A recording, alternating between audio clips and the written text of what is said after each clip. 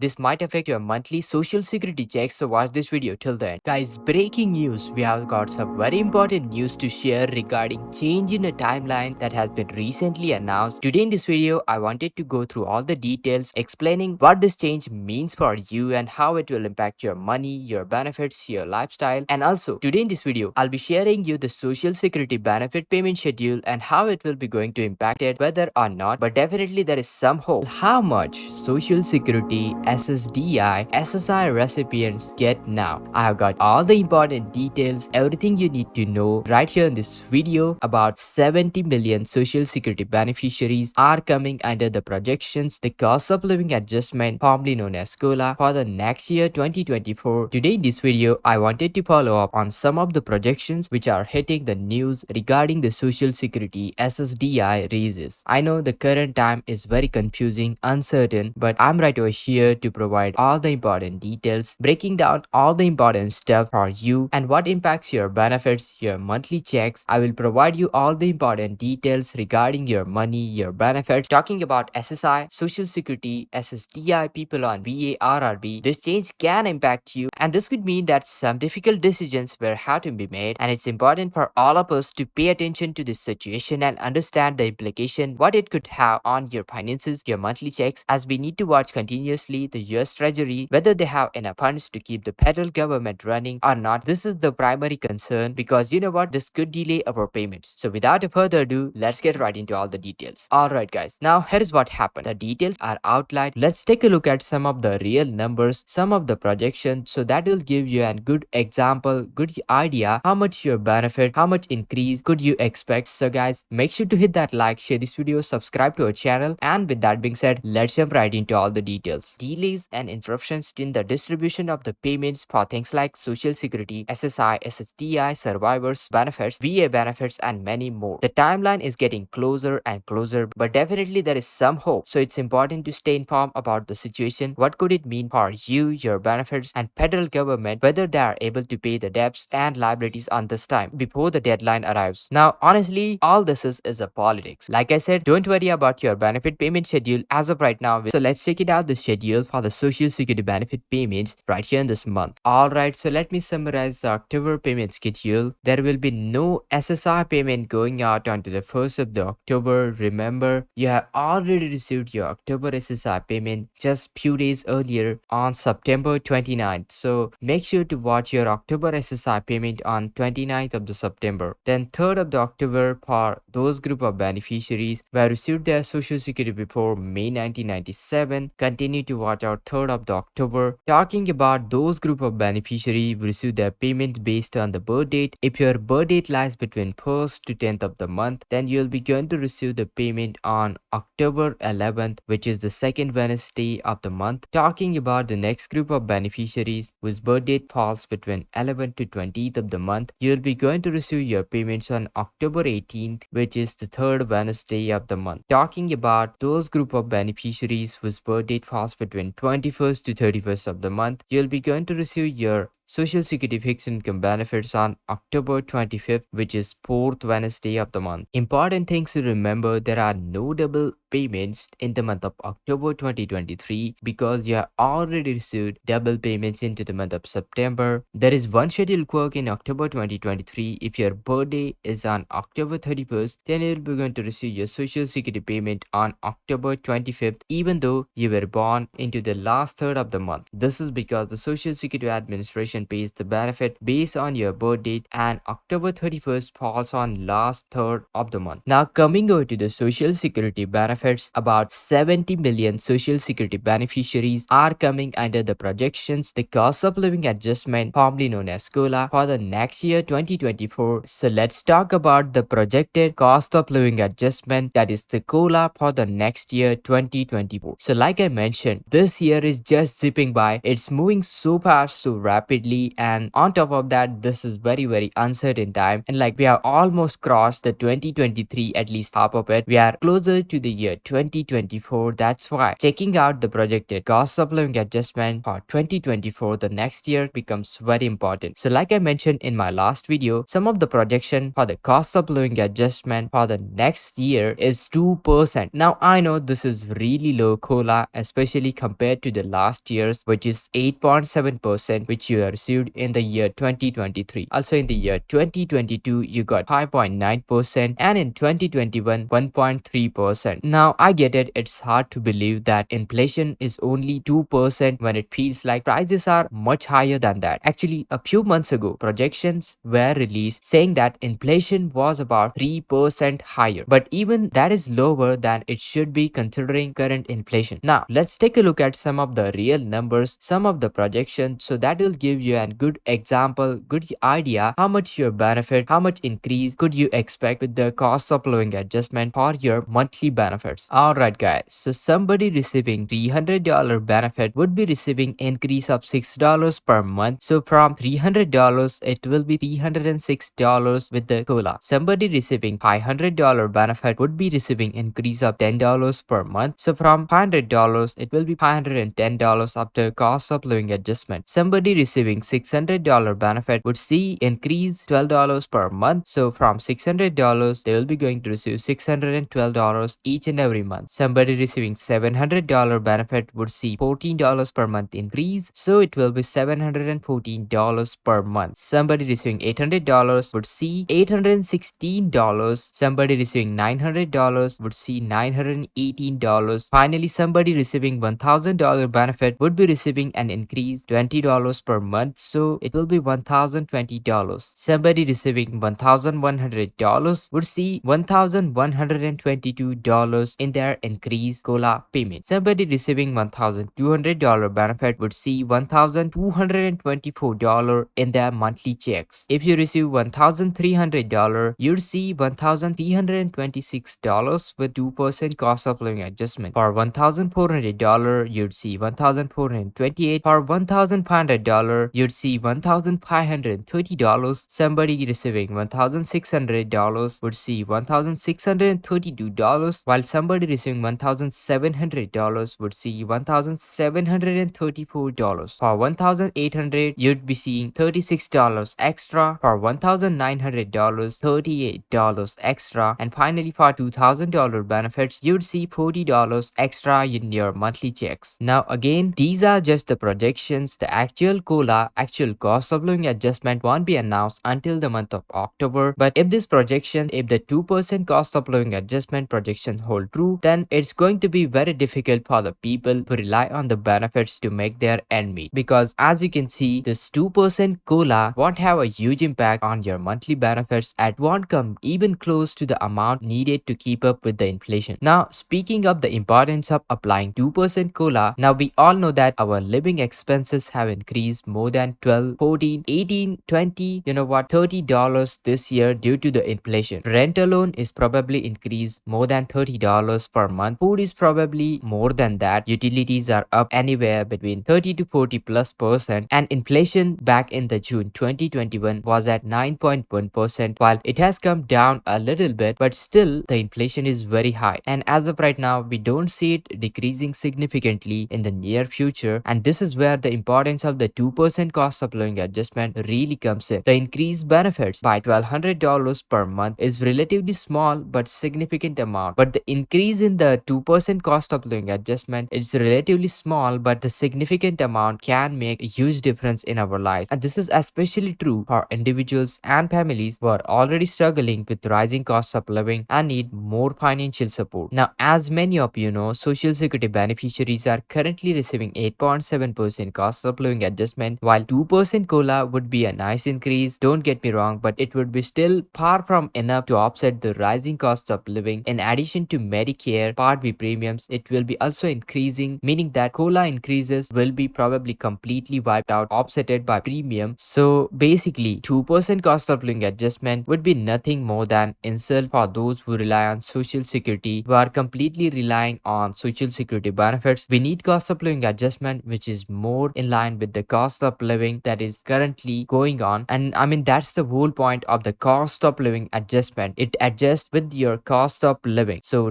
whatever the inflation number is, it should adjust according to that number. And that's where, you know what, the CPIW and CPIE calculations comes in. Currently, Social Security Administration utilizes CPIW, which is Consumer Price Index for urban wage earners and clerical workers, which is not better adopted for elderly individuals. Instead, CPIE, the Consumer Price Index for elderly, is better adopted for those healthcare costs, costs associated with all those elderly individuals. So I would be keeping my close attention when Social Security Administration will change the mechanism of COLA, how COLA will be calculated from CPIW to CPIE, because that will be the most important change moving forward for the sustainability of how much money are we going to receive on a monthly basis. Now, speaking about the projections of the COLA, the reports are saying that it could be low as 2%, which could be a huge insult for those who depend on it. Actually, inflation is currently much higher than 2%, so it's important to be realistic about COLA, what it could be. If the COLA is higher than 2%, then it means that inflation is also very, very high. And actually, that's the problem of the COLA calculation mechanism, like I mentioned earlier. We don't know what the COLA will be yet, but the numbers are pretty low. The projections are pretty low as of right now. In fact, they are practically zero when it comes down to those Medicare Part B premium and other stuff. In meantime, I will keep you posted on all the important changes. Hit that like, share this video, subscribe to our channel with all the bell notification. And this is Kedar from How to Guys. See you in the next video.